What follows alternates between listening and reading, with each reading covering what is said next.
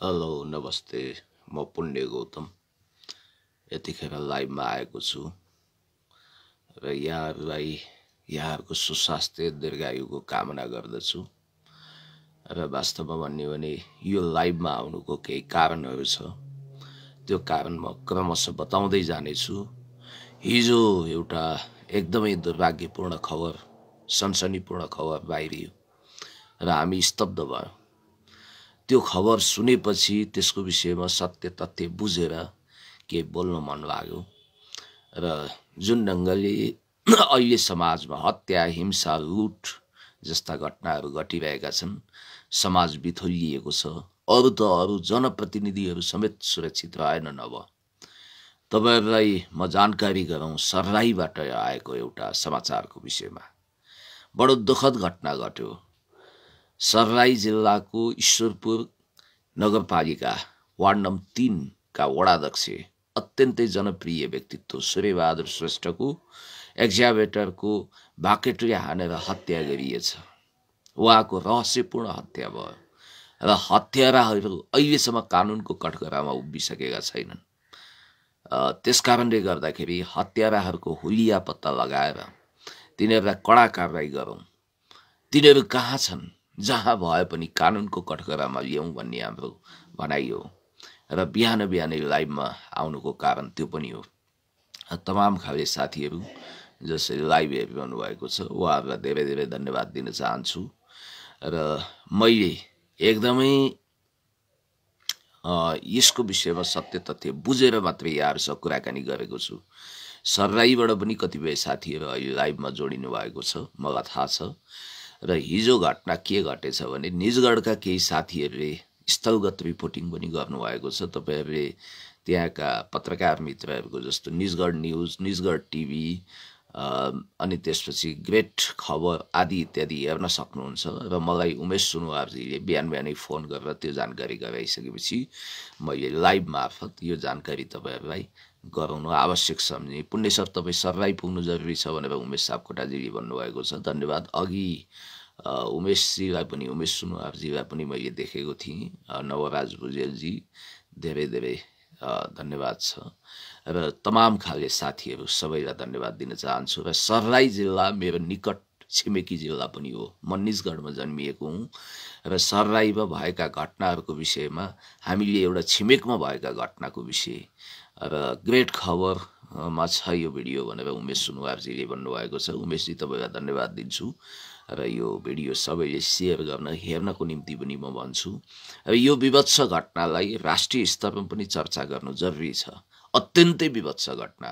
Ishwarpur ward number 3 का वडाध्यक्ष सूर्यकुमार श्रेष्ठजी धेरै असल र जनप्रिय व्यक्तित्व हुनुहुन्थ्यो। आँखामा राख्दा पनि नबिजाउने।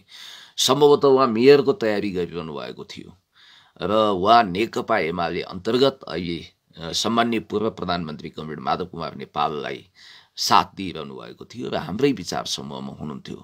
यस बारेमा मैले उहाँको पक्षमा अथवा उहाँका हत्याराहरूलाई कडाभन्दा कडा कारबाही हुनुपर्छ भन्ने आवाज बुलन्द गरेको होइन कि उहाँ हाम्रो विचार समूहमा हुनुहुन्छ भनेर। उहाँ जहाँ भए पनि, जस्तो अवस्थामा हुनुहुन्थ्यो भने पनि मैले यो आवाजलाई अवश्य पनि बुलन्द गर्थेँ, किनभने हत्यारालाई कारबाही गर्नु हामी सबैको दायित्व हो, राज्यको दायित्व हो। र यति बेलासम्म राज्य किन मूक दर्शक भएर हेरेको छ, किन यसको विषयमा सत्य तथ्य छानबिन गर्नबाट चुकेको छ, यो एकदमै महत्त्वपूर्ण प्रश्न, अजङ्गको प्रश्न हाम्रो सामु तेर्सिएको छ।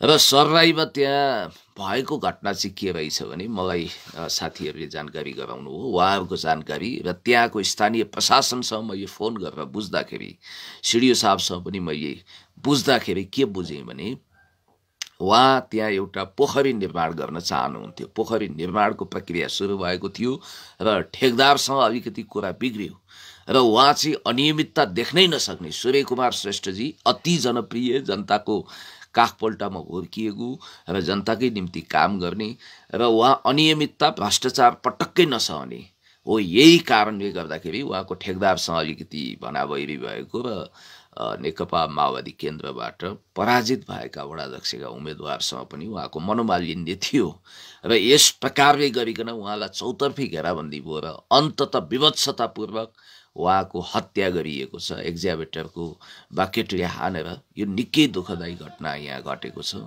र हामी स्तब्ध भएका छौँ र सूर्यकुमार श्रेष्ठप्रति हार्दिक श्रद्धाञ्जली व्यक्त गर्न चाहन्छु र उहाँको परिवारजनप्रति गहिरो शोक संवेदना पनि व्यक्त गर्न चाहन्छु र सरकारलाई यो भन्न चाहन्छु। हुन त त्यहाँ अब सत्ता पक्ष भनेर चिनिएको केपी शर्मा ओलीज्यूको प्यानल उहाँलाई एकदमै टार्गेट गरिरहेको थियो भन्ने कुरा हामीले सुनेका छौँ। मेयर नेकपा एमाले अन्तर्गत केपी शर्मा ओलीज्यूको विचार समूहसँग आबद्ध हुनुहुँदो रहेछ र त्यहाँ ठुलो अन्तर्विरोध भएको पनि मैले पाएको छु र एउटा कुरा तपाईँहरूलाई के निवेदन गर्छु भने यस्तो प्रकारको विभत्स घटना एउटा जनप्रतिनिधिमाथि घटेको छ। तैपनि राष्ट्रिय स्तरमा हामीले खबरदारी गर्न कम गरिरहेका छौँ। किन? सानातिना घटनामा हामी बोल्छौँ र सानातिना घटनामा आफ्ना विचार र रायहरू दिन्छौँ, तर यत्रो घटना यो देशमा घटेको छ तैपनि हामी मौनता साधेर बसिरहेका छौँ। किन किन किन किन अजङ्गको प्रश्न तेर्सिएको छ र स्पष्ट रूपमा भन्नुपर्दा म सरलाई जाने सोच पनि बनाइरहेको छु र त्यहाँ जुन ढङ्गको घटना घटेको छ र त्यो घटनाप्रति घनघोर खेद प्रकट गर्छु। हत्यारा अहिले कहाँ छ? हत्याराको हुलिया के हो? कुन इन्टेन्सनले हत्या गरे र उसको विषयमा हत्यारा नजिक राज्य प्रशासन पुगेको छ कि छैन? त्यसो त मैले बुझेसम्म 2-3 जना मान्छे पक्राउ पनि गरेको छ। संदिग्ध मान्छेहरू, शङ्कास्पद मान्छेहरू, अभियुक्तहरूलाई पक्राउ गरेको छ। तैपनि त्यसको योजनाकार को हो, मूल नायिके को हो, त्यसको विषयमा सत्य तथ्य छानबिन भएको छैन। छानबिन हुनु पर्यो। सर्लाही जिल्लाको सिडिओ र एसपीले त्यसको विषयमा तदारुकता लिनु पर्यो, मेयरले लिनु पर्यो, सबैले जिम्मेवारी लिनु पर्यो र यो विषय भनेको लडतरो होइन, या बुढी मरी भन्ने होइन, काल पल्क्यो भन्ने मुख्य समस्या हो। हत्यारालाई बचाउन कसैले पनि नलाग्नु, किनभने हत्यारा कसैको दाई हुँदैन, भाइ हुँदैन, दिदी हुँदैन, बहिनी हुँदैन। हत्याराको कुनै भाषा हुँदैन, भेष हुँदैन, देश हुँदैन, संस्कृति हुँदैन। हत्यारा भनेको हत्यारा हो। आकाश पताल, दुई पताल, यत्र तत्र सर्वत्र, 3 त्रिलोक 14 भुवन जताततैबाट खोजेर भने पनि हत्यारालाई कडाभन्दा कडा कारवाही गर्नुपर्छ। यो कस्तो खुङ्खार हत्यारा हो! विलियम शेक्सपियरको नाटक मर्चेन्ट अफ भेनिसको पात्र साइलक भन्दा पनि खुङ्खार खालको रक्तपिपासु हत्यारा त्यो कहाँ छ, जसले एउटा जनप्रतिनिधिको रगत पिएको छ? एउटा उदयमान जनप्रतिनिधि जो भविष्यमा मेयर हुन चाहन्थ्यो, देशको सेवा गर्न चाहन्थ्यो, त्यस्तो महान जनप्रतिनिधि वडाध्यक्षको हत्या भएको छ। वडाध्यक्ष भनेको मूलतः नगरपालिकाको मेयरको बरु कम काम हुन्छ। वडाध्यक्ष त्यति महत्त्वपूर्ण की पोजिसन हो। वडाध्यक्षका धेरै महत्त्वपूर्ण भूमिकाहरू हुन्छन्। ती वडाध्यक्ष जो अत्यन्तै जनप्रिय थिए, अत्यन्तै इमान्दार थिए, त्यहाँ के साजिश हो, के षड्यन्त्र हो, किन हत्या भयो, यसको विषयमा सत्य तथ्य छानबिन गर्नु पर्यो। र हत्यारा चाहे जोसुकै होस्, जतिसुकै फितावाल होस्, जतिसुकै दर्जावाल होस्, जहाँ लुकेको होस्, जहाँ छिपेको होस्, हत्याराको पहिचान गर्नु पर्यो। र वास्तवमा भन्यो भने हत्यारालाई कडाभन्दा कडा कारवाही गर्नुको कुनै विकल्प पनि छैन। र जनताको निम्ति, विकासको निम्ति खटिने वडाध्यक्षको विभत्स हत्या हामी सहन सक्दैनौँ। अस्ति भर्खरै पनि तपाईँले देख्नुभयो, राजधानीमा पनि यस्ता धेरै विभत्स घटनाहरू घटे। मैले भन्नै पर्छ, जस्तो सन्तोषी सुब्बा लिम्बूको हत्या भयो, त्यो विषयमा हामीले धेरै बोलिसकेका छौँ। सन्तोषी सुब्बा लिम्बू जो एउटा निर्दोष नारी हुनुहुन्थ्यो, चराचुरुङ्गीको आवाज निकाल्न सक्नुहुन्थ्यो, कोइली, मैना आदि इत्यादिको, र उहाँ पछिल्लो समय अत्यन्तै आर्थिक तङ्गीबाट गुज्रिरहनु भएको थियो। घरमा खाने सामल थिएन, कसरी गुजारा गर्ने? त्यसकारण उहाँ फर्पिङ पुग्नु भएछ। फर्पिङमा एउटा होटलमा बस्नु भएछ र त्यहाँ पछि एउटा निष्ठुरी पापीले उहाँमाथि आँखा लगायो। सुरेश तिमल सिन्हा भन्ने उसले उहाँलाई ललाई फकाई एक ठाउँमा लगेर उहाँको शरीर र अस्मिता घिजोल्ने कोसिस गर्दा उहाँले प्रतिकार गर्नुभयो। परिणाम के भयो भने उहाँमाथि बर्बरतापूर्वक अनुहारै कचाकचिक हुने गरी हत्या भयो। हुन त हत्यारालाई नेपाल प्रहरीले पक्राउ गरिसकेको छ। त्यसै गरी सविता भण्डारी, जसको लागि जस्टिस फर सविता भनेर विभिन्न साथीहरू, चेलीहरू आन्दोलित हुनुभएको छ, तर सविताको न्याय त्यतिखेर मात्रै हुन्छ, सविताप्रति सच्चा श्रद्धाञ्जली त्यतिखेर हुन्छ जतिखेर उनको हत्या वा आत्महत्या, हुन त परिवारजनले आत्महत्या दुरुत्सान भनेर मुद्दा दायर गरेको रहेछ र त्यही अनुसारको कागज पनि गरेको रहेछ। सविताको फ्यामिली खास गरी बहिनीले गएर प्रहरी चौकी प्रशासनमा त्यसरी फड्के किनाराको साक्षीहरू सहित कागजात गरेर मुद्दा दायर गर्नुभएको छ र वास्तवमा भन्यो भने त्यो केसलाई पनि सत्य तथ्य छानबिन गर्नुपर्छ, त्यसलाई अतिरञ्जित गर्नु हुँदैन। सविता भण्डारी, जस्टिस फर सविता भनेर जो सडकमा उत्रिनु भएको छ, विभिन्न चरणमा आन्दोलित हुनुभएको छ र उहाँहरूलाई पनि न्याय चाहिएको छ, सवितालाई पनि न्याय चाहिएको छ भन्ने स्पष्ट म आवाज बुलन्द गर्न चाहन्छु। र साथीहरू, मैले अर्को कुरा के निवेदन गरौँ भने देशमा अहिले किन यस्तो भइरहेको छ, किन यो खालको अव्यवस्था छ, एकचोटि होतिएर विचार गर्नुपर्ने कुरा छ। यति भनिसकेपछि मैले शीर्षक अनुरूपका केही कुराहरू गर्न चाहन्छु। शीर्षक अनुरूपका केही कुरा भनेको के तपाईँहरूले पढिसक्नु भएको छ। यो भिडियोको टाइटलमा मैले के लेखेको छु भनेर मैले भनेको छु कि मेरो आर्थिक अवस्था ठिकै छ, म त्यति धेरै सम्पन्न मान्छे पनि होइन, त्यस्तै तन्नम जोरपटास गरिब पनि होइन, दुई मानु खानको लागि कुनै समस्या छैन र मलाई कसैको अगाडि जी हजुरी गर्नु पर्दैन, हात पन्साउनु पर्दैन। MA with first division plus PhD को स्टाटस छ। त्यस कारणले गर्दाखेरि मैले रिसर्च ओरिएन्टेड आर्टिकल्सहरू लेखेँ भने पनि मलाई खान पुग्छ। त्यस कारणले गर्दाखेरि कतिपय साथीहरूलाई भ्रम छ कि कसरी गुजारा गर्नुहुन्छ, कसरी जिन्दगी निर्वाह गर्नुहुन्छ। सबैलाई आफ्नो तुलामा राखेर, आफ्नै कोटीमा राखेर नसोचौँ र कतिले मानसिक श्रम गर्नुपर्छ, कतिले शारीरिक श्रम गर्नुपर्छ। अब यहाँ एकजना साथीले दाइ जर्मनीले जित्छ कि इङ्ल्यान्डले भन्नुभएको छ। अब म भविष्यवेत्ता होइन, म नास्ट्रेदमस होइन, मैले यहीँबाट घोषणा गर्न सक्दिनँ कसले जित्छ भनेर। युरो कपको कुरा गर्नुभएको हो, म कसको पक्ष भनेर तपाईँले भनिदिनु भयो भने चाहिँ त्यो विषयमा बहस हुनसक्छ। र त्यसपछि अब जसले जिते पनि अब कौगला बेल्पाको अर्चना विश्वत, वास्तवमा भन्यो भने हामीलाई जर्मनीले जिते पनि कोही बात छैन, बेलायतले जित्यो भने पनि त्यति ठुलो विषय बन्दैन। तर जर्मनी स्ट्रङ फर्ममा छ जस्तो मलाई लाग्छ। वर्ल्ड कपको पटक पटकको विजेता हो जर्मनी, त्यस कारणले गर्दाखेरि जर्मनीले जिते हुन्थ्यो भन्ने चाहिँ लाग्छ। अब फेरि अब ऐतिहासिक तथ्य पल्टाउँदा कुनै समय हिटलरले राज गरेको जर्मनी र विन्स्टन चर्चिलले राज गरेको जर्मनी कसले जित्दा राम्रो भनेर यसरी पोलिटिकली डिभाइड नहुँ जस्तो मलाई लाग्छ। जसले जिते पनि ठिकै छ। अब कसैको गोठमा भैँसी ब्याउँछ अनि बिगोती छेलो खेलो जसलाई हुन्छ उसले खानी हो। अब अरूलाई त मतलब हुँदैन भने जस्तो कौवाला बेल्पाको अर्चना विश्वत, इङ्ल्यान्डले जित्नुपर्छ भनेर चेतनजीले भन्नुभएको छ। ठिक छ, इङ्ल्यान्डले जिते पनि कोही ठिकै छ, अब जर्मनीले जिते पनि ठिकै छ, हामीलाई केही फाइदा छैन। हामी फड्के किनाराको साक्षी भएर, रमिते भएर, तमासे भएर आनन्द लिने हो, फुटबल हेर्ने आनन्द लिने।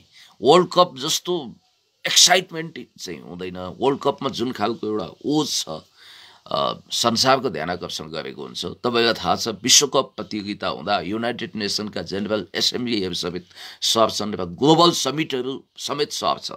युरो कपको सन्दर्भमा चाहिँ मलाई के लागेको भने मैले निन्द्रा मारेर यो युरो कप अहिले हेरेको छैन, अब चाहिँ हेर्नु पर्ला, सेमी फाइनलदेखि हेर्छु म। र त्यसपछि युरो कपमा कसले जित्छ भन्ने कुरोको महत्त्व कहाँनिर हुन्छ भने युरो कपको विजेता लगभग वर्ल्ड कपको विजेता पनि हुनसक्छ। स्पेनको उदाहरण तपाईँ दिन सक्नुहुन्छ अथवा जर्मनीको उदाहरण दिन सक्नुहुन्छ। र आशिष लामाले पुण्यदायी दलितको बारेमा बोलिदिनु पर्यो भन्नुभएको छ। ठिक छ, बोलाउँला, त्यो विषय पनि समेटिएला। म दलितको विषयमा भन्नुपर्दाखेरि चाहिँ म मूल विषयवस्तुमा फेरि एकछिनपछि आएँ ल। जुन रूपा सुनुवार बहिनीको कुरा छ, रूपा सुनुवार बहिनीले म माथि विभेद भयो, विभेद भएको कारण मैले कोठा पाइनँ, म अन्यायमा फसेँ र सरस्वती प्रधानले मलाई जातीय विभेद गर्नुभयो भनेर यो इस्युलाई चर्काइरहनु भएको छ। अझ हिजो त उहाँले गएर उजुरी पनि हाल्नुभयो। कतिपय मिडिया, अनलाइन पाना लगायतका मिडियाले मलाई युरो डलर भारूमा बिकेको र त्यो आधारमा आन्दोलन गरेको भनेर लाञ्छित गर्नुभयो भनेर उहाँले त्यहाँ उजुरी पनि हालेको हामीले पायौँ। खैर यसमा म के मात्रै भन्न चाहन्छु भने अब यसरी लफडा नगरौँ, तनाव ननिम्तौँ। 21औं शताब्दीमा कुख्यात जातीय प्रथा, जातीय छुवाछुत यो एकदम राष्ट्रिय लज्जाको विषय हो। यसलाई किमार्थ सहन सकिँदैन, म स्पष्ट रूपमा तपाईँहरूलाई भन्न चाहन्छु। र यो जुन ढङ्गको घटिया प्रचलन छ जातीय विभेदको, र यसलाई अन्त्य गर्नुपर्छ भन्ने पक्षमा पनि म स्पष्ट रूपमा उभिएको छु। तर यो घटनाले अलि बेग्लै मोड लिँदैछ जस्तो मलाई लागिरहेको छ। घटना सिद्धिसकेको थियो, फेरि यसलाई चर्काउने काम भएको छ।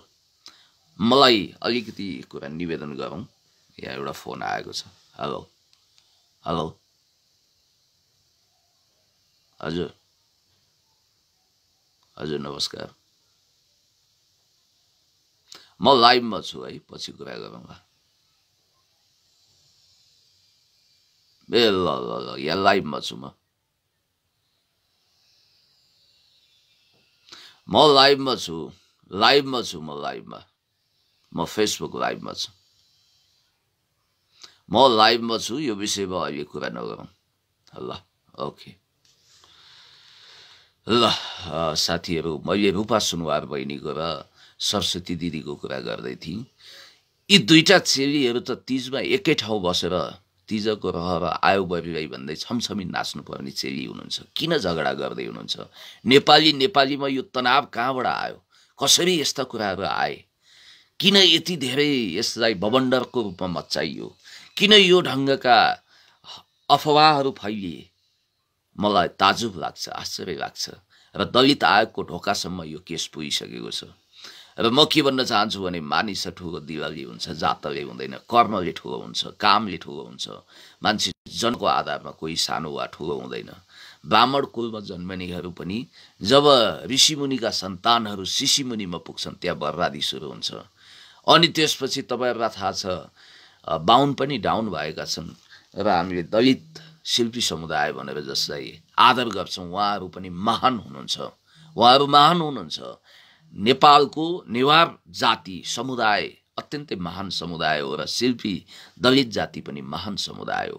दुवै समुदायको बिचमा शान्ति हुनुपर्छ, दुवैको बिचमा समझदारी हुनुपर्छ। या फेरि फोन आएको छ एकचोटि।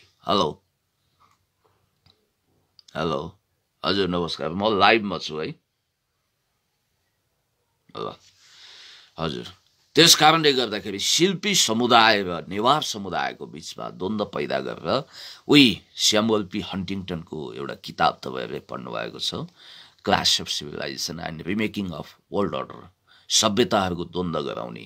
रुवान्डामा सन् 1990 को दशकमा हुटु र तुट्सीको बिचमा त्यस्तो खालको द्वन्द्व मच्चाइएको थियो। त्यहाँ लाखौं लाख मान्छेको कत्लेआम भयो, धेरैले आफ्नो जीवन गुमाउनु परेको थियो, एउटा दुर्दान्त घटनाको शिकार हुनु परेको थियो। त्यस कारणले गर्दाखेरि म तपाईहरुलाई के भन्न चाहन्छु भने स्पष्ट रूपमा भन्नुपर्दा नेपालमा यो कुख्यात जातीय प्रथाको जहर खोलेर विष खोलेर अहिले जसरी समाजमा तनाव र भाँड भैलो मचाउने कोसिस गरिएको छ, खबरदार यस्ता तत्त्वहरूलाई ढिम्किन पनि दिनु हुँदैन। नेपाल जातीय र धार्मिक साम्प्रदायिक सहिष्णुता भएको देश हो। हामी सयौं थुङ्गा फुल्का हामी एउटै माला नेपाली भन्ने मान्यतालाई आत्मसात गरेका छौँ। त्यो गीतको लेखक पनि राष्ट्रिय गानको रचनाकार पनि व्याकुल माइला भन्ने एकजना राई समुदायकै हुनुहुन्छ, प्रदीप कुमार राई। आदिवासी जनजाति, दलित, महिला, सीमान्तकृत, मुस्लिम, अल्पसंख्यक सम्पूर्णलाई यो संविधानले स्पष्ट रूपमा अधिकार दिएको छ। समावेशी प्रजातन्त्र अर्थात् इन्क्लुसिभ डेमोक्रेसीको मान्यतालाई हामीले आत्मसात गरेका छौँ। त्यस कारणले गर्दाखेरि यो कुरा स्पष्ट हो कि हामी एकअर्काको बिचमा लडाईँ तनाव मचाउनु केही जरुरी छैन, हामी मिलेर अगाडि बढ्नुपर्छ भन्ने मान्यता पनि म लिन चाहन्छु। अनि त्यसपछि यहाँहरूलाई के भन्छु भने हाम्रो संविधानले सबै वर्ग, जाति, भाषा, लिङ्ग, वर्ण, भेष आदि इत्यादिलाई अधिकार दिएको छ। त्यो अधिकारको दुरुपयोग नहोस्, त्यसको सदुपयोग हुनुपर्छ भनेर हामीले भनिरहेका छौँ। अहिले यतिखेर कोठा र कोटाको कुरा पनि उठिरहेको तपाईँले पाउनुहुन्छ। र म रूपा बहिनीलाई के भन्न चाहन्छु भने धैर्य धारण गर्नुहोस्। र अस्ति जुन ढङ्गले अब सरस्वती प्रधानज्यूले 2 दिन थुनिनु पर्यो, 3-4 दिन, यो घटनाबाट के पाठ सिक्ने? हामी मिलेर पो जानुपर्छ, हृदयको विशालता बनाउनु पर्छ। अब गाउँघरतिर एउटा उखान छ, काँक्रो चोरलाई मुड्की शास्ति। अब धेरै सजाय, धेरै त्यस्तो खालको बबन्डर यसले समाजमा विग्रह ल्याउँछ, अशान्ति ल्याउँछ। हिजो रूपा सुनुवारका साथीहरू उहाँको पक्षधरहरू सडकमा आउनुभयो, भोलि सरस्वती प्रधानको पक्षधर आउनु होला, नेवार भर्सेस शिल्पी समुदायको बीचमा द्वन्द्व होला, यो थेग्न सक्छ राष्ट्रले। त्यसकारण मिलेर जानुपर्छ। हामी सरस्वती प्रधानलाई पनि उत्तिकै सम्मान र इज्जत गर्छौँ र रूपा सुनुवारलाई पनि त्यत्तिकै इज्जत र सम्मान प्रदान गर्छौँ। हाम्रो मनमा विभेद छैन। नेपालको मुलुकी ऐन 2020ले यसलाई उहिले उच्छेद गरेको छ र संसदले 2067 सालमा नेपाललाई जातीय छुवाछुत मुक्त देश घोषणा गरेको छ। तैपनि हाम्रो एउटा सांस्कृतिक जरा जो गाडिएको छ र जसमा एउटा कुख्यात किसिमको ह्याङओभर छ, त्यसको कारणले गर्दाखेरि अहिले पनि विभेद अन्त्य भएको छैन। नवराज विक जस्तो यो देशको होनहार सपुत जसले वास्तवमा भन्यो भने आफ्नो मृत्युवरण गर्नु परेको थियो जातीय विभेदको कारणले। यो कुरा तपाईँलाई थाहा छ। त्यहाँ जातीयताको मात्रै कुरो छैन। मैले भनेको थिएँ यदि नवराज विक करोडपति वा अरबपति हुन्थ्यो भने त्यो हत्या नहुन सक्थ्यो, किनभने ओहो गई त गई हाम्रै छोरी अब धनाढ्य दलितसँग अथवा शिल्पी समुदायसँग गई भनेर बुवा आमाले चित्त बुझाउन सक्थे। र त्यसपछि यहाँहरूलाई मैले भनिहालौँ कि एकजना साथी शिव सरले अमेरिकाबाट लेख्नु भएको रहेछ, जोसेफ मुजिकाको जस्तो सादगी जीवनको भूमिकामा कहिले देख्न पाउने हो पुण्य सरलाई। तपाईँहरूको आशीर्वाद माया भयो भने निकै छिटो देख्न पाउनुहुन्छ। उरुग्वेको पूर्व राष्ट्रपति जोसेफ मुजिका जो 100% तलब भत्ता गरिबलाई दान गर्नुहुन्थ्यो र त्यस्तो महानतालाई हामीले अङ्गीकार गर्नु जरुरी छ। नेपालमा पनि याद गर्नुहोला, अब जननेता comrade Madan Bhandari, comrade Pushpalal, BP जस्ता महापुरुषहरूले राजनीतिमा ठुलो योगदान गरेर जानुभएको छ। त्यसकारणले गर्दाखेरि हामीले सबैलाई स्वागत गर्नुपर्छ, अभिवादन गर्नुपर्छ, सबैको तारिफ गर्नुपर्छ, सबैको योगदानलाई उच्च मूल्याङ्कन गर्नुपर्छ। र याद गर्नुहोला, म भन्दै थिएँ रूपा सुनुवार बहिनी र सरस्वती प्रधान दिदी एकअर्कामा मिलेर अगाडि बढ्नुपर्छ। उहाँहरूले गाँड कोराको बुढी फोराफोर गर्ने अथवा भाले जुदाई त भन्न मिलेन, पोथी जुदाई गर्नु भएन र यही विषयलाई आधारित बनाएर नेपालमा यो जातीय लडाईँ द्वन्द्व मचाउने र काट्टो छिनो मचाउने, रक्तपातको सृजना गर्ने जो दृष्टता हुन खोजिरहेको छ त्यस्तो विषय हुनु हुँदैन भनेर हामी स्पष्ट अडान लिन चाहन्छौँ। यतिखेर यो लाइभमा मैले भन्न खोजेको कुरा मूल विषयतर्फ म प्रवेश गर्छु र मैले भनेको छु मेरो फाइनेन्सियल कन्डिसन अर्थात् आर्थिक अवस्था ठिकै भए पनि not so good not so bad, ठिकै, धेरै एकदम अलल्ले धनी पनि होइन, गरिब होइन, मध्यमवर्गीय मान्छे म। र ताउलोमा जाउ पकाउनको निम्ति धेरै समस्या छैन। म सिम्पल लिभिङ हाई थिङ्किङमा विश्वास गर्छु, अर्थात् सादा जीवन उच्च विचारमा विश्वास गर्छु। त्यसकारणले गर्दाखेरि मैले अहिले आफ्नो निजी बाइक पनि चढेको छैन र विभिन्न अभियन्ताहरू जस्तो हिजो बाँदर लड्ने भिरबाट आएर आज डन आयो डन शैलीमा, वरिपरि कार्गेट शैलीमा, मन्त्रीहरूको शैलीमा जुन ढङ्गले गाडी चढ्ने र तुजुक देखाउने काम हुन्छ त्यो मलाई बिल्कुल खेदजनक लाग्छ। र एउटा कुण्ठित मानिस जो यस मानेमा शोषकहरूको विरोध गर्छ कि भविष्यमा उसलाई शोषक हुन मन छ। मलाई यहाँनिर लियो टोल्स्टय, वार एन्ड पिस, अन्ना करेनिया जस्तो विश्व प्रसिद्ध कृतिका लेखक लियो टोल्स्टयको त्यो भनाइ याद हुन्छ कि कतिपय शोषितहरूमा शोषक हुने प्रबल इच्छा हुन्छ। त्यो दमित इच्छा, त्यो वासनाले ऊ वशीभूत भएको हुन्छ र मौका पाउन साथ ऊ पुरानो शोषक भन्दा पनि खुङ्खार शोषक निस्किन्छ। त्यसकारणले गर्दाखेरि यस्ता मानिसहरूलाई चिन्नुपर्छ। गरिबहरूको गरिबी देखेर दया आएर वास्तवमा गरिबहरूको मुक्तिको लागि लड्ने मान्छे कहिले बिग्रिन सक्दैन, त्यो कोटीको मान्छे हो म। वास्तवमा मैले गरिब, निमुखा, होचा, अर्गेला, अन्यायमा परेका, गाँस खोसिएका, बाँस उठिएकाहरूको पक्षमा निरन्तर आफूलाई लगाइरहनुको कारण के भने त्यो वर्गको उत्थान हुनुपर्छ, उहाँहरूको मुक्ति हुनुपर्छ। व्यक्तिगत रूपमा त मलाई सुख सहरको जिन्दगी बाँच्नको लागि कुनै समस्या थिएन। योग्यता, क्षमता, प्रतिभा, वर्गीय धरातल आदि इत्यादिको हिसाबले म त्यो जीवन जिउन सक्थेँ, तर मेरो त्यो छनौट भएन। म दरिद्र नारायणहरूको सेवा गर्न चाहन्छु, देश र जनताको सेवा गर्न चाहन्छु। त्यसकारण म लङ रेससम्म दगुर्न सक्ने घोडा हुँ। फेरि यसलाई अन्यथा नलिनु होला, एउटा प्रतीकात्मक रूपमा मैले भने। र म बिचमा हार्ने थाक्ने काममा पटक्कै रुचि लिन्न र अविरल अविरल अविरल बगिरहेको नदी जस्तै देश र समाजको सेवा गर्नको निम्ति अहोरात्र खटिएको छु। किञ्चित हावाहुरीहरूले मलाई कहिले पनि विचलित तुलाउँदैन। म आफ्नो लक्ष्यमा निरन्तर छु। धेरै राम्रा अग्रजहरू, धेरै असल मानिसहरू हुनुहुन्छ। जननेता कमरेड मदन भण्डारीको विषयमा सम्मान्य पूर्व प्रधानमन्त्री कमरेड माधव कुमार नेपालले भन्नुहुन्थ्यो कि उहाँको शब्दकोशमा थकाइ भन्ने शब्द थिएन। जननेता कमरेड मदन भण्डारी जसले अत्यन्तै ठुलो योगदान गर्नुभएको छ देश र हाम्रो समाजको लागि, कम्युनिस्ट आन्दोलनको लागि, समाजवादको लागि, जनवादको लागि, उहाँ जस्तो महापुरुष बिरलै जन्मिन्छन्, एक युगमा एकचोटि जन्मिन्छन्। उहाँलाई सल्युट गर्न म चाहन्छु र उहाँहरूको आदर्श पछ्याएर अगाडि बढिरहेको छु। जननेता comrade Madan Bhandari, comrade Pushpalal, BP कोइरालाका महान विचार र सोचहरूलाई हामीले व्यवहारमा अनुवाद गर्नुपर्छ। अहिले आदर्शको खडेरी लागेको छ, मूल्य मान्यतामा धमिरा लागेको छ। मानिसहरू खाऊ पिउ मौज गर दुनियाँ रङ्गिन छ भोज गर टाइपको कन्ज्युमरिजममा अर्थात् उपभोक्तावादमा रमाएका छन्। मान्छेहरू त्यसमा आकण्ठ डुबेका छन्। मानिसहरूले आफ्नो दायित्व र कर्तव्य भुलेका छन्। राजनीति भनेको पैसा छाप्ने मेसिन हो भनेर यसलाई दुरुपयोग गरिरहेका छन्। र मैले पटक पटक भनेको छु कि म न हिजो अभियन्ता थिएँ, न आज छु, न भोलि रहनेछु। यो अभियन्ता भन्ने शब्द मेरो शब्दकोशमै छैन। कहाँबाट मलाई यो बिल्ला बिराइयो? म त्यसलाई आई एक्सट्रिमली कन्डेम भन्न चाहन्छु। अभियन्ता होइन, बढी से बढी म मानवतावादी अभियानी हुँला, अथवा म एउटा युवा राजनीतिज्ञ हुँ।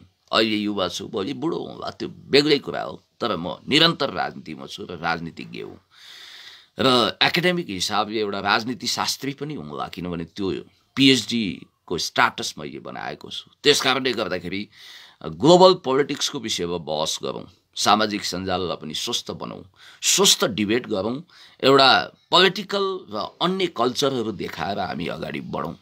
र याद गर्नु होला मित्र, हामीले कहिले पनि अरूलाई अपमान गर्नु हुँदैन, सम्मान दिन जान्नुपर्छ। सम्मान पाउनु छ भने अरूलाई सम्मान दिनुपर्छ। त्यसकारणले गर्दाखेरि मैले देश जनता विकास समृद्धिको कुरा गरिरहेको हुन्छु। अन्याय अत्याचार भ्रष्टाचार विकृति विसङ्गतिको विरुद्ध हामी लड्नुपर्छ, भिड्नुपर्छ। यो देशको national sovereignty, territorial integrity, independency, यो देशको राष्ट्रिय सार्वभौमसत्ता, अखण्डता र भौगोलिक स्वतन्त्रतालाई अक्षुण्ण राख्नको निम्ति हामीले कुनै पनि कसर बाँकी राख्नु हुँदैन। आमालाई देशसँग तुलना गर्नुहोस्, देशलाई आमासँग तुलना गर्नुहोस् र भन्नुहोस् जननी जन्मभूमि स्वर्गादपि गरिएसी, mother and motherland are greater than heaven. आमा र देश स्वर्गभन्दा प्यारो हुन्छ। पक्कै हो, यो देश वैभवशाली छ, जैविक विविधताले सम्पन्न छ। टोनी हागन, तपाईँहरूले नाम पक्कै सुन्नुभएको छ। उहाँ स्विस नागरिक हुनुहुन्थ्यो। स्विट्जरल्यान्ड उहाँको जन्मथलो थियो, तर कर्मथलो उहाँले नेपाललाई बनाउनु भयो। र उहाँलाई एउटा ग्लोबल न्युज एजेन्सीले, बिबिसीले एकचोटि सोध्यो। उहाँलाई एउटा अन्तर्राष्ट्रिय मिडियामा प्रश्न राखियो, तपाईँ स्विट्जरल्यान्डमा जन्मिनुभयो, नेपालमा कर्म गर्नुभयो, यी दुवै देशलाई मानिसहरूले स्वर्गको टुक्रासँग तुलना गर्छन्। अब तपाईँ बताइदिनुहोस्, नेपाल सुन्दर कि स्विट्जरल्यान्ड? उहाँले 1 मिनट पनि नरोकिकन प्रत्युत्पन्नमति स्वरूप प्रेजेन्स अफ माइन्डमा आएर भन्नुभयो, पक्कै पनि नेपाल सुन्दर। किनभने नेपालको जस्तो हावापानी, नेपालको जस्तो जैविक विविधता, नेपालको जस्तो ल्यान्डस्केप कहीँ पनि छैन, स्विट्जरल्यान्डमा पनि छैन। मेरो मातृभूमि भनेर मैले भन्नु हुँदैन भनेर भन्नुहुन्थ्यो। उहाँले भन्नुभएको थियो स्विट्जरल्यान्डमा मान्छेले धेरै सिँगारे, तर नेपाल चाहिँ आफैमा एउटा अत्यन्तै सौन्दर्यपूर्ण देश हो। यसलाई अकबरी सुनवा कसी लगाउनु पर्दैन भने जस्तै यसलाई नसिँगार्दै पनि यति राम्रो छ, सिँगार्नी हो भने त यो झन् कति राम्रो होला। साथीहरू, तपाईँहरूलाई म भन्न चाहन्छु, तर टोनी हागनले लामो सुस्केरा काट्दै भन्नुभएको थियो नेपालमा विभिन्न खालका विभेदहरू छन्, जातीय द्वन्द्व हुन सक्छ, साम्प्रदायिक द्वन्द्व हुन सक्छ, यसले नेपालको अस्तित्वमाथि चुनौती खडा गर्न सक्छ। त्यसकारणले गर्दाखेरि यो कुरामा चाहिँ we have to be very careful. र म तपाईँलाई भन्न चाहन्छु, यति शान्त सभ्य भव्य गरिमामय देशमा बेला बेलामा वितण्डा मच्चिन्छ, बेला बेलामा तनाव हुन्छ, बेला बेलामा तपाईँले देखिरहनु भएको छ यस खालका हरकतहरू भइरहेका छन्। र हाम्रो समयले माग गरेको कुरा त्याग हो, तपस्या हो, आदर्श हो। कतिपय साथीले भनिरहनु भएको छ, हुन त क्राइम एन्ड पनिसमेन्ट, ब्रदर कार्नारोज जस्ता संसारलाई नै मन्त्रमुग्ध तुल्याउने पुस्तकका लेखक फ्योदर दस्तोवस्कीको स्वीकारोक्ति छ। भ्रष्टाचारको विरोध गर्दा गर्दै केही मानिसहरू भ्रष्टाचारी हुन्छन्। म तपाईँलाई यो एकदमै अमूल्य कुरा गर्दैछु कि वास्तवमा भन्ने हो भने बालजाकको एउटा उपन्यासमा वर्णित पात्र जो आफ्नो जहाजलाई एटलान्टिक ओसनमा कुदाइरहेको छ, एउटा ठुलो आइसबर्गमा गएर टाइटेनिक जहाज जस्तै उसको जहाज धुजा हुन खोज्छ र त्यो क्याप्टेन हत्तनपत्त उही समुद्रमा छाल आयो भने, तुफान आयो भने सबभन्दा पहिला चाहिँ मुसा दगुर्छ र त्यो मुसा सिद्धिन्छ, त्यसै समुद्रमा हाम फाल्छ भन्ने कुरा छ।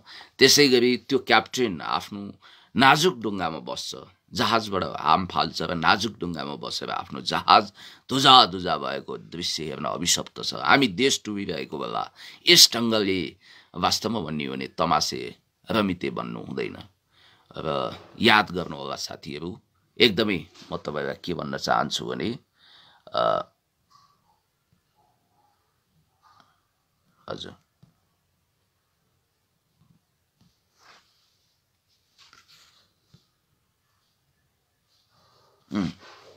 अलिकति नेटले धोका दिइरहेको छ। हाम्रो देश, हाम्रो सार्वभौमसत्ता, हाम्रो अखण्डता, हाम्रो स्वतन्त्रतालाई हामीले शिरमा राखेका छौँ र यो देशको सेवा गर्न हामी जन्मिएका हौँ। मैले भनेको छु कि त्याग र तपस्या अहिलेको आवश्यकता हो। मैले हिजो स्टाटसमा लेखेँ, त्यो किन लेखेँ भने अहिले कथित अभियन्ताहरूको एउटा खालको राजसी शौक देखिएको छ। उनीहरूले पुराना नेताहरूको जीवनशैलीलाई बिर्साउने गरी आफ्नो जीवनलाई त्यसरी जनताको बिचमा लगेका छन्, ऐयासी मोजमस्ती गरेका छन्। यो हुनु हुँदैन। हामी जुन विकृति र विसङ्गति विरुद्ध लड्छौँ नि, भ्रष्टाचार विरुद्ध लड्दै भ्रष्टाचारी हुने अनुमति कसैलाई पनि छैन। हामी विकृति विसङ्गति विरुद्ध एउटा जिहाद छेडिरहेका छौँ र त्यसमा हामीलाई विजयी हुने अनुमति छ। त्यसको निम्ति हामीमा उत्कृष्ट नैतिकता चाहिन्छ, चेतना चाहिन्छ, शिक्षा चाहिन्छ र वास्तवमा भन्ने हो भने एउटा आत्मविश्वास पनि चाहिन्छ। त्यस कारणले गर्दाखेरि मैले भनेको छु, म राजकीय पदमा पुगेँ भने तलब भत्ता 100% गरिबलाई दान गर्नेछु। सम्पूर्ण तलब भत्ता म सुक्को पनि लिन्न, 100% तलब भत्ता गरिबहरूलाई दान गर्नेछु र सरकारी मोटर गाडी चढ्ने छैन। यो मेरो प्रतिबद्धता हो। यो भिडियो, मेरो स्टाटस सबैलाई स्क्रिनसट राख्नु होला। पुण्य गौतम कुनै दिन राजकीय पदमा पुग्यो भने, मैले पदको लागि म यति गरेको होइन, किनभने राजनीति गर्ने मान्छे भनेको उठ्चोकी फड्कार छाला, जता जल्ला उतै खाला, भोक्न भकारी पिर्न सुर्ता जस्तै त्यागी हुनुपर्छ भन्ने मेरो मान्यता हो। र एक दिन राजकीय पदमा म पुगेँ भने मेरो त्यो जुन खालको विश्व प्रतिज्ञा छ त्यसलाई म लागू गर्दै छाड्छु। देशमा केही मानिसहरूले जोगी नै हुनु जरुरी छ राजनीतिमा। राजनीति अनि अभियन्ता हुने मोजमस्ती नगरेर के गर्ने त भनेर केही मान्छेले भनेका छन्। महँगो 2 करोडको गाडी किनिदिनु पर्यो रे, कसैलाई हेलिकप्टर किनिदिनु पर्यो रे। यो के प्रवृत्ति हो क्या? तपाईँहरू त्यही दिशामा जानुहुन्छ, त्यही संस्कार समाउनुहुन्छ, त्योभन्दा बढी मोजमस्तीमा रमाउनुहुन्छ भने तपाईँको आम्दानीको स्रोत छैन भने के गर्नुहुन्छ? म त आफ्नो आम्दानी अनुसार अगाडि बढिरहेको छु। कोही बात छैन, मैले कहिले पनि 1 रुपियाँ कसैको लिएको पनि छैन फोकटमा र मलाई त्यस्तो खालको शौक पनि छैन। म हिलोमा छु, धुलोमा छु, गुन्द्रीमा छु, चटाईमा छु, म सोफा सेटमा छैन होला, म सिसाको महलमा छैन होला, तैपनि जनताको बिचमा खुसी छु।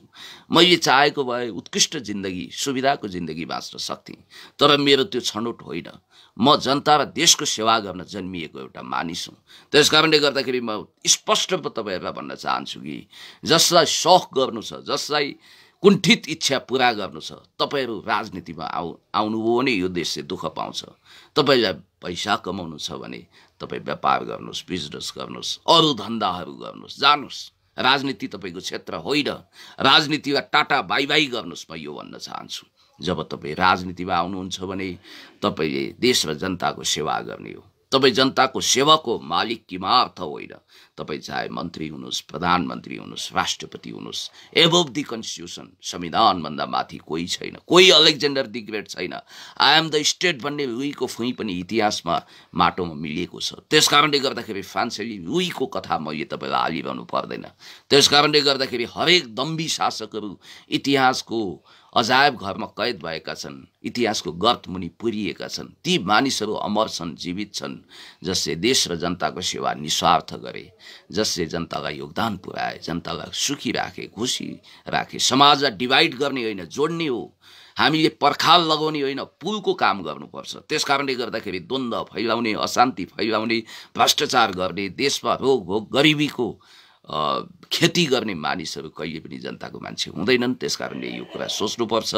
अब मैले भनिरहेको छु कि यहाँहरूलाई फेरि पनि म निवेदन गर्न चाहन्छु कि सादा जीवन उच्च विचार मेरो आदर्श हो, मूल्य हो, मान्यता हो र म त्यो कुरामा जतिसुकै दुःख पाए पनि त्यसबाट किञ्चित पछाडि हट्ने छैन र यो देशमा मूल्य र मान्यताको राजनीति स्थापित गर्नुपर्छ भन्ने मेरो ध्येय हो। हामीभन्दा धेरै राम्रा असल ध्यानी ज्ञानी नेताहरू पनि हुनुहुन्छ, उहाँहरूको आदर गर्नुपर्छ, कदर गर्नुपर्छ, इज्जत गर्नुपर्छ र हामी नै सब थोक हौँ भन्ने खालको दम्ब पनि पाल्नु हुँदैन। मैले फेरि पनि तपाईँलाई निवेदन गर्न चाहन्छु कि त्यही दम्बले मान्छेहरू कमजोर भएका छन्।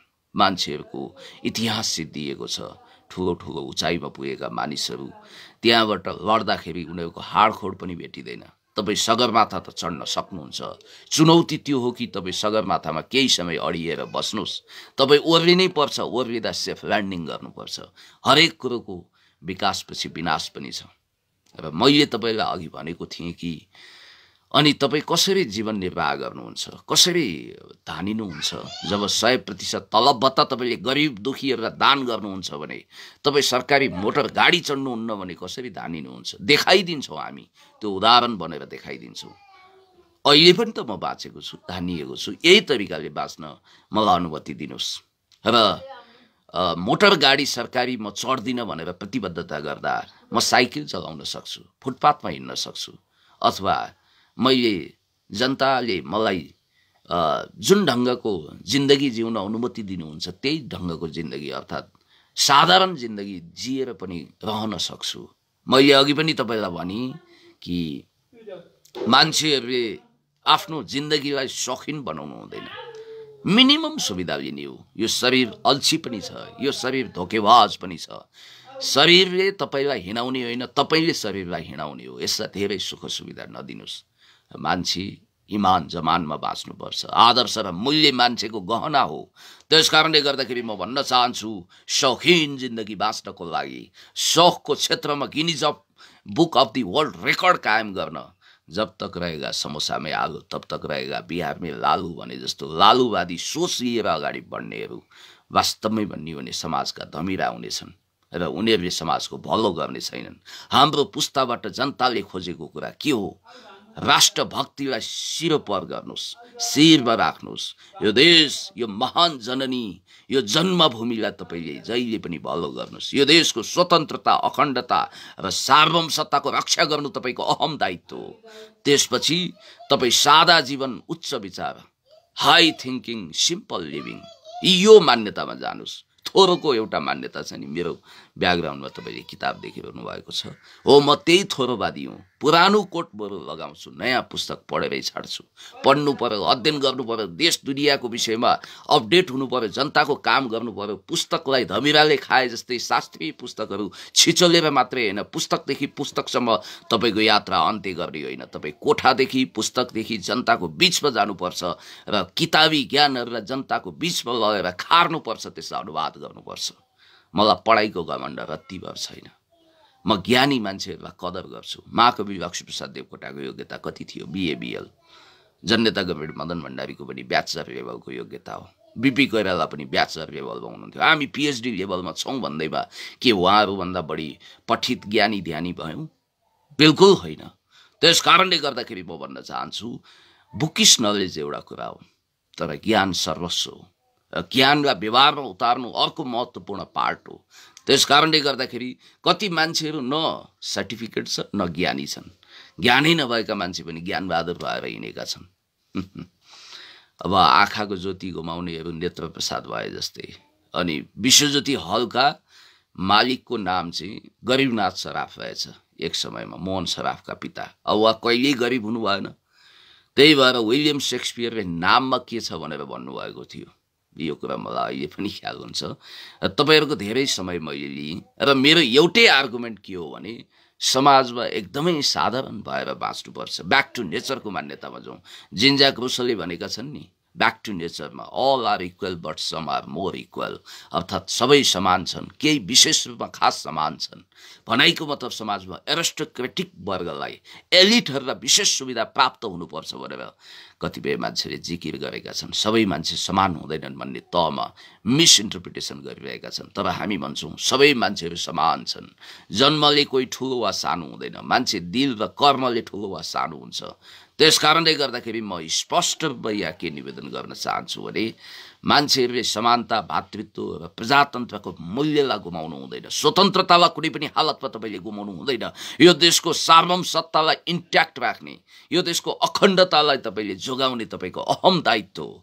त्यस कारणले गर्दाखेरि आज समाजमा जुन विकृति विसङ्गति भाँड भैलो मचिएको छ नि, त्यसको जड कारण भनेको मान्छेमा भएको तृष्णा, खाऊ पिउ मौज गर दुनियाँ रङ्गिन्छ भोज गर, अर्थात् उपभोक्तावाद, कन्ज्युमरिजममा मान्छे निर्लिप्त भएको छ। मान्छेले आफ्नो दायित्व भुलेको छ, कर्तव्य भुलेको छ, समाजप्रतिको आफ्नो इरादा र अठोट भुलेको छ। मान्छे बहकिएको छ, मान्छे भावुक भएको छ, मान्छे कहिले एक्सट्रिम भएको छ, ऊ सन्तुलनमा छैन। सर्वै भवन्तु सुखिन सर्वै सन्तु निरामायाको मान्यतामा मान्छे अडिएको छैन। मान्छेले आफ्नो मात्रै होइन दुनियाँको हितलाई पहिलो प्राथमिकता दिनुपर्छ भन्ने तथ्य भुलेको छ। त्यस कारणले गर्दाखेरि हामी आत्मकेन्द्रित भएका छौँ, सेल्फ सेन्ट्रिक भएका छौँ। हामीले आफूलाई केन्द्रमा राखेर कुनै पनि घटनाक्रमलाई अध्ययन गर्छौँ र व्याख्या गर्छौँ। म नरहे संसारै डुब्छ, सेरोफेरो सबै मेरो, 3 त्रिलोक 14 भुवनको स्वामी म हुँ भनेर एउटा शासकले जब सोच्न सुरु गर्छ त्यहीँबाट गलत सुरु हुन्छ। विकृति विसङ्गतिको महान र अजस्र स्रोत नै त्यही हो कि तपाईँ आत्मकेन्द्रित हुनुहुन्छ, आफ्नो लागि बाँच्नुहुन्छ, स्वार्थी हुनुहुन्छ, लम्पट हुनुहुन्छ भने दुनियाँमा तपाईँलाई वास्तवमा भन्ने भने मानव जाति भएर रहने अधिकार छैन। पशुवत चिन्तन हो त्यो। आफ्नो लागि बोलिरहने बाँचिरहने मान्छे के मान्छे? बोलिरहने मान्छे चरा मान्छे, जोतिरहने मान्छे गधा मान्छे, बोल्ने र गर्ने पो असली मान्छे भनेर उहिले समाजले नचिनेर एक हिसाबले भन्नुपर्दा समाजबाट हेको जिन्दगी पाएपछि साइलेन्स किलिङमा गएका दार्शनिक रूपचन्द बिष्टले यो कुरा भन्नुभएको थियो। त्यसो त तपाईँहरूलाई थाहा छ अब देशको लागि मर्नेहरू शालिक भएछन्, आफ्नो लागि बाँच्नेहरू मालिक भएछन्। यो भनाइ पनि कम्ता सान्दर्भिक छैन। वास्तवमा देश र जनताको लागि लड्दा लड्दै कतिपय मान्छे शहीद भएर अन्ततः शालिकमा परिणत भए। तर जो आफ्नो लागि बाँचे, आफ्नो लागि लडे, स्वार्थी भए, उनीहरू मालिक भएका छन्। यो कुरो अमूल्य छ साथीहरू, यसलाई मनन गर्नुपर्छ। र मैले भन्न खोजेको कुरा के भने यो पुँजीवादी नवोदारवादले मान्छेलाई मेसिन जस्तो बनाएको छ। मान्छेहरू एकदमै आत्मकेन्द्रित भएका छन्। मान्छेहरू कन्ज्युमरिजम, उपभोक्तावादमा विश्वास गर्छन्, रङ्गीन जीवनको खोजीमा छन्। तर मान्छे अरूको हित, अरूको स्वार्थलाई बिर्सिन थालेका छन्। आफै मै खाउँ, मै आउँ, सुख सहेला मै गरौँ भन्ने खालको आत्मकेन्द्रित सोच छ। अनि मान्छे कस्तासम्म भएका छन् भने एकदम अलिकति प्रगति उन्नति गर्यो भने छोटो बढेपछि भारी फुर्ती बढाउँछ, उर्रेको खहरे हेर कत्तिको गडगडाउँछ। यस्तो अवस्था भएको छ। कवि शिरोमणि लेखनाथ पौडेलले बडो राम्रो पंक्ति कोर्नु भएको रहेछ। अझ उहाँले नीति श्लोकको अर्को पंक्ति पनि कोर्नु भएको छ जुन यहाँहरूलाई सुनाउँदाखेरि सान्दर्भिक होला। उपकारी गुणी व्यक्ति निहुरिन्छ निरन्तर, फलेको वृक्ष हेर नझुकेको कहाँ छ र। अर्थात् उपकारी गुणी व्यक्ति त एकदम सरल हुन्छ र ऊ फलेको वृक्ष जस्तै निहुरिन्छ विनम्रताले। तर छोटो बढेपछि भारी फुर्ती बढाउँछ, उर्रिएको खहरे हेर कत्तिको गडगडाउँछ। असारमा उर्रिएको खहरे हिउँदमा स्याप्पै सुक्छ, यो कुरा तपाईँलाई थाहा छ। त्यस कारणले गर्दाखेरि यहाँहरूलाई म के भन्न चाहन्छु भने एकदमै यहाँहरूले ख्याल गर्नु होला कि कुनै पनि मान्छे जब विचलित हुन्छ, जब उसले आफ्नो सन्तुलन गुमाउँछ, जब उसले आफ्नो मर्यादा र अठोटहरू भुल्छ, त्यसपछि ऊ आत्मकेन्द्रित हुन थाल्छ। त्यसपछि ऊ समाजलाई होइन आफूलाई केन्द्रमा राखेर सोच्छ, त्यसपछि ऊ भ्रष्ट हुन सक्छ। त्यस कारणले गर्दाखेरि तपाईँलाई त्यतिखेर अरूको सही कुरा पनि अपाच्य हुन सक्छ। यहाँ असल मान्छेको सुनवाई कम भएको छ, खराबहरूको बोलवाला छ, असत्यको थुतुनु खुब फुकेको छ, सत्यको मुख बन्द गर्ने कोसिस भएको छ। तर एकको बृहस्पति भएर पनि तपाईँले सत्य न्याय इन्साफको पक्षमा वकालत गर्नुपर्छ, अन्याय अत्याचार भ्रष्टाचारको विरोध गर्नुपर्छ। म यही भन्न चाहन्छु र म के निवेदन गर्न चाहन्छु भने पुण्य गौतम सानातिना आलोचनाहरूले हल्लिने मान्छे होइन, ठुला ठुला यातनाले नगरेको मान्छे, धेरै ठुला आँधी र तुफानहरूको बिचमा 30 साल भएर उभिएको मान्छे, हजार यातनाले नगलेको मान्छे। मेरो निधारमा अहिले पनि खत छ, यातनाको डोप छ द्वन्द्वकालमा। यो औँला फुटेको छ, तपाईँ देख्न सक्नुहुन्छ। तर म कहिल्यै पनि गरिनँ यस्ता नाथे सानातिना झिना मसिना आलोचनाले म गल्ने मान्छे होइन। अछ्यौ खायो बछ्यौ खायो जुसे बारु हो, काग कराउँदै गर्छ, पिना सुक्दै गर्छ, कुकुर भुक्दै गर्छ, हात्ती रम्किँदै गर्छ, कुत्ता भुक्ते हजार, हात्ती रम्के बजार। यो भ्रम नपाल्नु होला कि हाम्रा यी झुसे बारुवा टाइपका 2-4वटा प्रतिक्रियाले पुण्य गौतमलाई किञ्चित विचलित गर्न सकिन्छ। यदि यो भ्रममा हुनुहुन्छ भने उही एउटा भाइले लगातार मलाई नकारात्मक कमेन्ट 6 महिना गर्यो, ऊ आफै डिप्रेसनमा गएछ। मैले त त्यो पढ्दिनँ। याद गर्नु होला, म आफ्नो प्रशंसामा लेखिएको पनि पढ्दिनँ, म आलोचनामा लेखिएको पनि पढ्दिनँ, किनभने म सत्यको पथमा छु। म अलोकप्रिय सत्यको प्रवक्ता बनिरहेको छु। लोकप्रिय झुटको पछाडि मलाई दौडिनु छैन। अन्ततः एक्लो बृहस्पति जस्तो सत्य स्थापित गर्ने मान्छे सत्य भएर छोड्छ। अलोकप्रिय सत्य त्यो अमर चिज हो जो समाजमा लाखौं वर्ष बाँच्नेछ। लोकप्रिय झुट एउटा बेलुन जस्तो हो, 1 दशक पनि नपुगिकन निकै छिटो, हुनसक्छ 10 घण्टा, 10 दिन, 10 महिना वा 10 वर्ष बढी बाद त्योभित्र त्यो लोकप्रिय झुटको अन्त्य हुन्छ। त्यस कारणले गर्दाखेरि म प्रष्ट भन्न चाहन्छु कि यहाँनिर जसले जे भने पनि जे गरे पनि सत्यलाई छोप्न सकिँदैन। सत्य सूर्योदय जस्तै चम्किलो हुन्छ। बादलको पर्दाले, झुटको बादलले त्यसलाई केही समय ढाक्न सकिएला, तर सत्यको सूर्योदय भएरै छाड्छ, सत्यको जित भएरै छाड्छ। मानवतालाई केन्द्रबिन्दु बनाऊ साथीहरू। र अर्को कुरो मैले भन्नु छ कि देशभक्तिलाई सर्वोपरि बनाऊ, समाजको सेवा गरौँ, सिम्पल भएर बाँचौँ।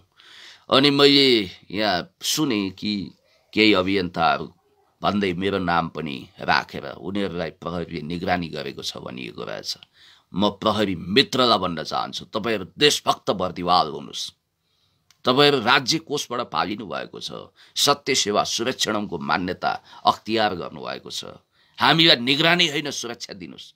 निगरानी त्यसलाई राख्नुहोस् जो राष्ट्र विरोधी घातक छन्, जो गोमन साँप जस्तो यो देशको सार्वभौमसत्तालाई डस्न आएका छन्, जो तस्कर छन्, अपराधी छन्, भ्रष्ट छन्, जल्लाद छन्, तिनीहरूलाई निगरानी नराख्ने अथवा कम गर्ने, अनि हामीलाई निगरानी राख्ने, हामीलाई सुरक्षा दिनुपर्छ। हामीलाई तलमाथि भयो भने त्यसको जिम्मेवारी यो सरकार र प्रहरीले लिनुपर्छ। म स्पष्ट रूपमा भन्न चाहन्छु। त्यस कारणले गर्दाखेरि नेपाल प्रहरीलाई हामी सम्मान गर्छौँ, इज्जत गर्छौँ, बर्दिवाल देशभक्तको दर्जा दिन्छौँ। तर यसको मतलब यो होइन कि हामी लम्पसार परेर आत्मसमर्पण गरेर घुँडा टेक्नेछौँ र तपाईँले गरेका हरेक चिजलाई जय जयकार गर्नेछौँ, गलतलाई गलतै भन्नेछौँ, सही कुरोलाई सही हो भनेर स्थापित पनि गर्छौँ। त्यस कारणले गर्दाखेरि अब राज्य मन्टेस्क्यूको एउटा सिद्धान्त तपाईँहरूलाई थाहा छ, सेपरेसन अफ पावर, अर्थात् शक्ति पृथकीकरणको सिद्धान्त। शक्ति पृथकीकरणको सिद्धान्त अन्तर्गत अब तपाईँहरूलाई थाहा छ कि अब राज्यका 3वटा अङ्गहरू, लेजिस्लेचर, पार्लियामेन्ट, जुडिसियरी र एक्जिक्युटिभ, अर्थात् व्यवस्थापिका संसद, न्यायालय र त्यसपछि कार्यकारी मन्त्री परिषद, यसको आफ्नै भूमिकाहरू हुन्छ। त्यस कारणले गर्दाखेरि एकले अर्काको भूमिकामा हस्तक्षेप गर्न मिल्दैन। हस्तक्षेप भयो भने त्यहाँ असन्तुलन हुन्छ। सेपरेसन अफ पावर, शक्ति पृथकीकरणको मान्यतालाई हामीले आत्मसात गर्नु जरुरी छ यो डेमोक्रेसीमा। हुन त कतिपयले चोलेन्द्र शमशेर जङ्गबहादुर राणाज्यू जो प्रधान न्यायाधीश हुनुहुन्छ, चिफ जस्टिस, उहाँ चाहिँ खेलराज बेगमै 2 बनेर नागरिक सरकारको नेतृत्व गर्न अगाडि बढिरहनु भएको छ भनेर एनालाइसिस गर्नुभएको छ। म तपाईँहरूलाई के भन्न चाहन्छु भने मान्छेको महत्त्वाकांक्षा हुनसक्छ। खेलराज बेगमीको नागरिक सरकार पनि यस्तै किसिमको विशिष्ट स्थितिमा खडा भएको थियो। रेस्क्यु मिसन भनेर त्यतिखेर त्यो सेपरेसन अफ पावरलाई भङ्ग गरेर त्यो गभर्मेन्ट खडा गरिएको थियो र हाम्रो संविधानमा एमेन्डमेन्ट गरेर भने पनि त्यो प्रावधान ल्याउनुपर्छ भनेर केही मान्छेहरू कम्मर कसेर लागेको मैले देखेँ। र अब देश चलाउने पुण्यदायीको पालो भनेर रामहरि पौडेलजीले भन्नुभएको छ। धेरै धेरै धन्यवाद। तपाईँहरू जस्तै साथीभाइ, शुभचिन्तक, शुभेच्छुकहरूको माया सद्भावनाको आवश्यकता छ। तपाईँ हामी सबै मिलेर चलाउने हो, व्यक्तिले चलाउने होइन। एउटा देशभक्तहरूको टिमले यो देश चलाउनुपर्छ। महान र गौरवशाली यो देशलाई हामीले अझ बढी आदर कदर गर्दै अगाडि बढ्नुपर्छ। यहाँ एउटा फोन आएको रहेछ। हेलो हजुर,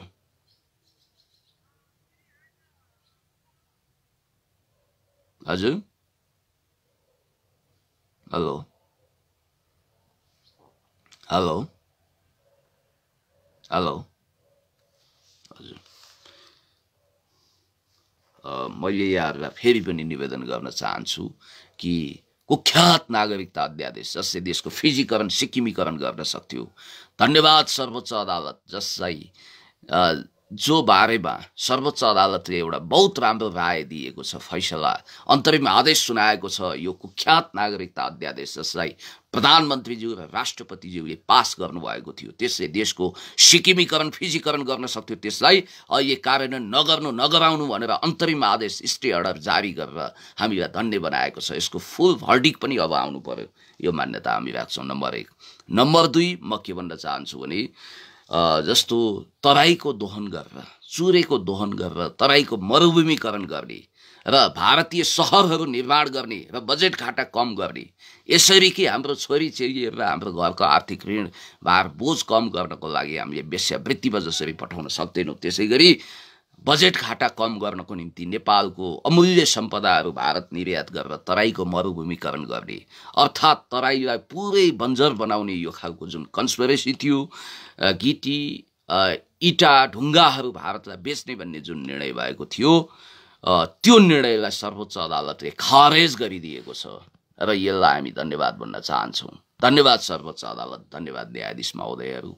र योभन्दा अगाडि संसद पुनर्स्थापना गरिसकेको छ, त्यसलाई पनि धन्यवाद भन्न चाहन्छु। र निकट भविष्यमा पनि संसदमा पुनर्स्थापना गरेर लोकतन्त्रलाई ट्र्याकमा ल्याउन यहाँहरूले अमूल्य योगदान गर्नुहुनेछ, हामीले त्यो अपेक्षा गरेका छौँ। र अर्को कुरो के छ भने लाङटाङ राष्ट्रिय निकुञ्जको संरचना बिग्रिने गरी विद्युत माफियाहरूसँग मिलेर त्यहाँनिर हाइड्रो पावर बनाउने सरकारले एउटा दृष्टता गरेको थियो, त्यसलाई पनि रोकिदिएको छ, हामी धन्यवाद भन्न चाहन्छौँ।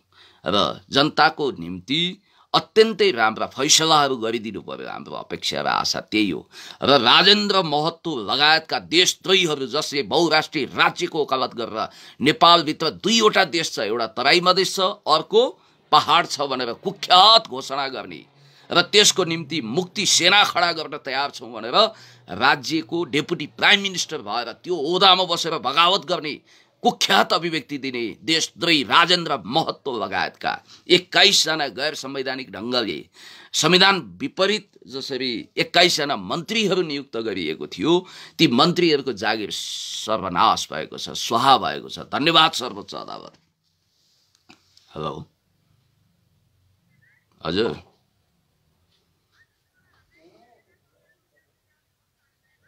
खै थाहा भएन, 5 दिन म्याद थप्या भन्ने सुनेको छु। कति बजे? ए ल ल ल, होइन त्यहाँ बुझौँला, म यहाँ लाइभमा छु, बुझौँला है।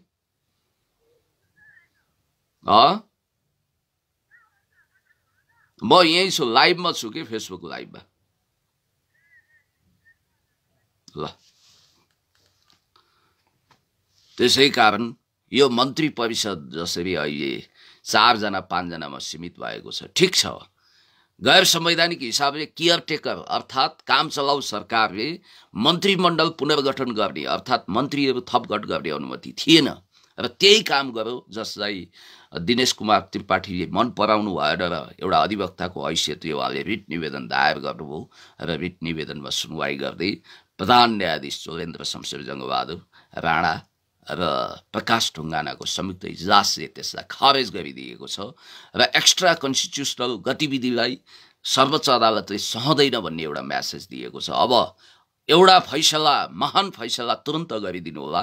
त्यो भनेको के भने गैर संवैधानिक हिसाबले विघटन गरिएको संसदलाई बेउताउनु पर्यो र त्यसपछि देशमा स्थिरता र लोकतन्त्रको माहौल छाउन मद्दत गर्नेछ भन्ने हाम्रो मान्यता हो। यति भनिसकेपछि म अन्तिममा के भन्न चाहन्छु भने वास्तवमा भन्ने हो भने समाजमा अहिले विकृति विसङ्गति जुन ढङ्गले बढेको छ त्यसको निराकरण गर्नुपर्छ, त्यसको लागि मूल सम्झाउनुपर्छ, राजनीति राम्रो हुनुपर्छ। मलाई कतिपय साथीहरूले राजनीतिमा आउनुहोस् भन्नुहुन्छ, तर म लो प्रोफाइलमा बसेर राजनीति गरिरहेको कुरा उहाँहरूलाई थाहा छैन। किनभने मैले कहिले पनि मोही माग्ने ढुङ्ग्रो लुकाउने काम गरेको छैन। 2045 सालमा तत्कालीन अनेरा सभ्यु 6औं मार्फत मोहन वैद्य र प्रचण्डले नेतृत्व गरेको अनेरा सभ्यु मार्फत म 2045 सालमा विद्यार्थी सङ्गठनबाट राजनीतिमा होमिएको स्कुल इकाइ कमिटीबाट मैले राजनीति सुरु गरेको हुँ र त्यसपछि 2046 सालको जनआन्दोलनमा बालककालमै त्यो बेलामै हामी खटेका थियौँ। मलाई अहिले पनि त्यो सम्झना हुन्छ र 2046 सालको जनआन्दोलनमा पनि कलिलै उमेरमा लागेको मान्छे र 2048 सालमा मैले कम्युनिस्ट पार्टीको सदस्यता प्राप्त गरेको हुँ र म विद्यार्थी सङ्गठनको जिल्ला नेतृत्वमा थिएँ, संयुक्त जनमोर्चाको गाउँ इकाइ कमिटीमा पनि थिएँ र 52 सालमा जनयुद्ध सुरु हुँदाखेरि देशव्यापी एकदमै कम, त्यतिखेर मेरो पढाइ पनि अगाडि बढिरहेको थियो, अत्यन्तै कम मानिसहरूमध्ये त्यतिखेर 2052 साल फागुन 1 गतेको जनयुद्धमा आफूलाई समर्पित गर्ने अत्यन्तै कम 200-400 मान्छे मध्ये म पनि एउटा हुँ।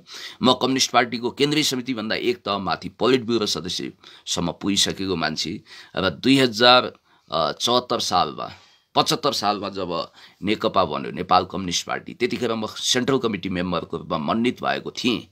तर पूर्वाग्रहको कारण, बालुवाटारको गिद्ध दृष्टि र छड्केको कारण मैले शपथ गरिसकेपछि, शपथ पत्रमा हस्ताक्षर गरेको न्युज पनि त्यतिखेर मिडियामा आएको थियो।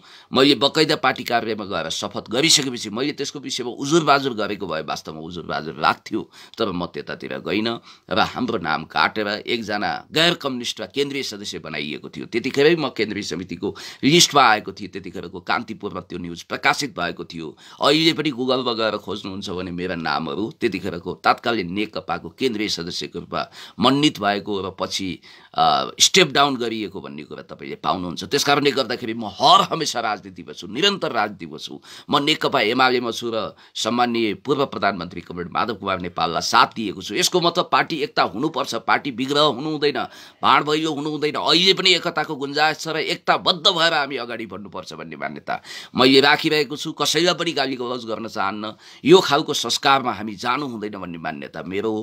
त्यसकारण राजनीतिमा थिएँ, निरन्तर छु र रहिरहनेछु र राजनीति मार्फत देशको जनताको सेवा गर्नेछु, देश जनता विकास समृद्धिको पक्षमा आफूलाई अगाडि बढाउनेछु। मेरो मान्यता सिम्पल लिभिङ हाई थिङ्किङ हो र यो देश अहिले खोकला भएको छ।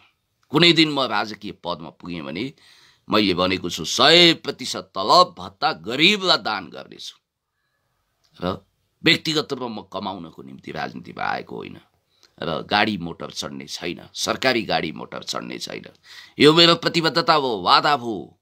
यो सुन्दा आश्चर्य लाग्छ किनभने आज त्यागको घोषणाहरू भएको छैन, तर यो मेरो त्यागको घोषणा हो र एउटा लेसन पनि हुनेछ भन्ने मान्यता मैले लिएको छु र म दुःख पाउन तयार छु, तर देशले सुख पाउनुपर्छ। हामी गरिबै भएर गरिबहरूलाई धनी बनाउनुपर्छ भन्ने मान्यतामा जानुपर्छ।